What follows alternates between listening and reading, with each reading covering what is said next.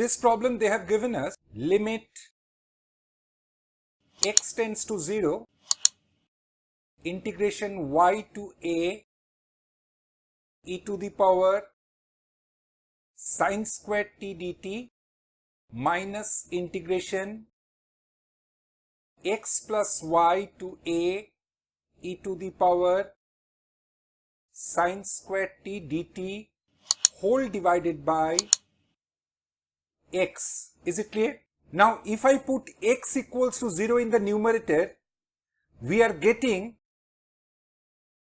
0, and if I put 0 in the denominator, we are getting 0 in the denominator, so it is 0 by 0 form. So I am applying L'Hopital's rule, that is, I am differentiating both numerator and denominator separately. Now while you are differentiating the numerator, we will apply here Newton's Leibniz theorem. So here we are getting limit x tends to 0, here the variable is x. We will treat y as well as a as constant. So the first part will become 0, and when we differentiate the second part, we are going to get the first one will be 0 and next one will be e to the power sin square x plus y into ddx of x plus y, which will give you 1 whole divided by 1. This is, I have applied Newton's Leibniz theorem. So those who don't know Newton's Leibniz theorem, please check your textbook. So now we are getting limit x approaches to 0. In the numerator we are having e to the power sin square x plus y only, and in the denominator we are having 1. Now if I put x equals to 0, we are getting e to the power sin square y. Is it clear? Therefore our option A is correct. Okay, so this sum is little bit difficult to those students who have not learned the Newton's Leibniz theorem. To them it will be little difficult, otherwise the problem is moderate. Okay, now let us move for the next problem. In this question we have to integrate 2 to the power x into 2 to the power x dx, right? So for this I am doing, let 2 to the power x is p. Now I am taking log on both sides, so we are getting 2 to the power x ln 2 equals to ln p. Let me differentiate both sides with respect to x, so we are getting 2 to the power x ln 2 whole square dx equals to 1 by p dp, right? So 2 to the power x dx is nothing but 1 by p ln 2 square dp.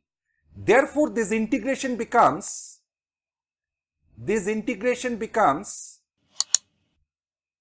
1 by p ln 2 square.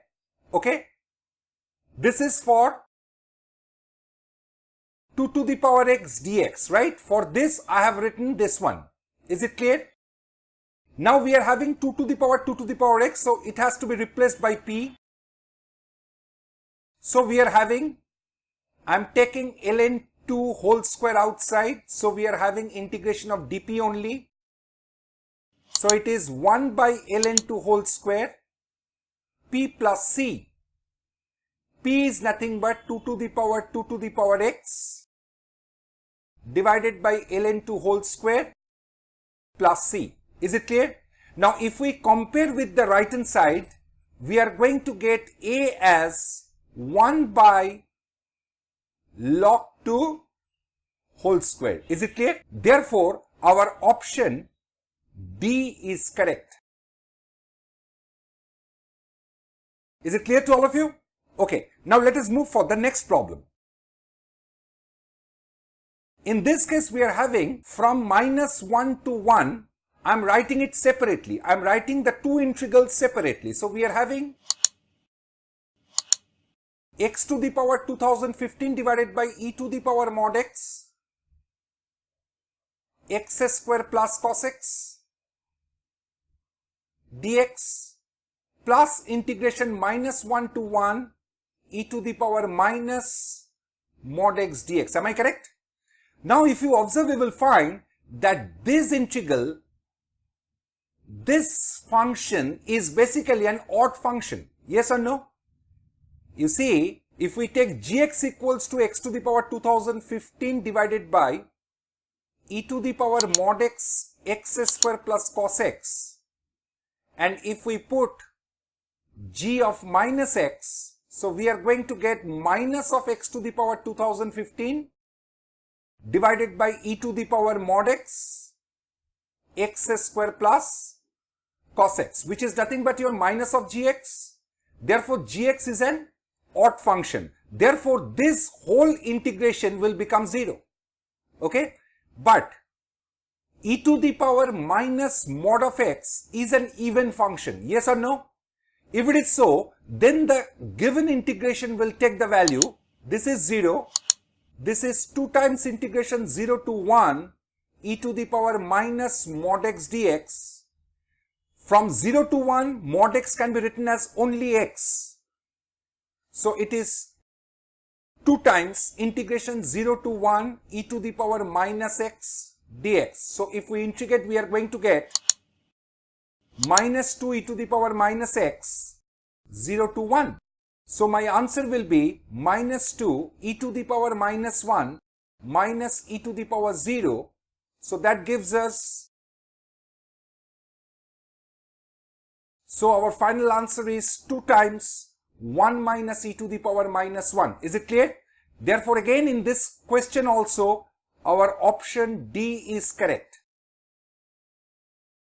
It's pretty simple sum. We have only used the simple basic properties of definite integral. So from that point the question is easy. Okay, now let us move for the next problem. Here we have been said that limit n approaches to infinity. Let me take 3 outside the limit sign. So it's 1 by n. 1 can be written as under root n by n plus 0. Is it clear? And the rest terms I am writing as it is.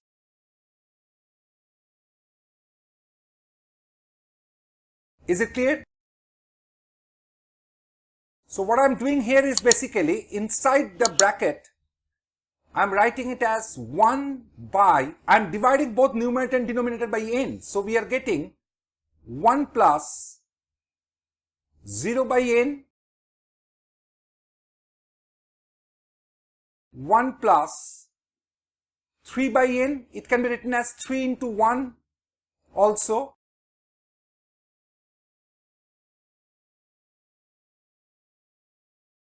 One by 1 plus 3 into 2 by n, 1 by 1 plus 3 into 3 by n. So the last term can be written as 1 by 1 plus 3 times n minus 1 by n. Is it clear or not? So now I am writing this whole expression in sigma form, like 1 by n, sigma r starts from 0 to n minus 1, 1 by under root 1 by 1 plus 3r by n. Is it clear? Is this clear? Now from the definition of definite integral we can write this thing as 3 times integration 0 to 1 under root 1 by 1 plus 3x dx. Is it clear? I have to simply integrate this function to get the result.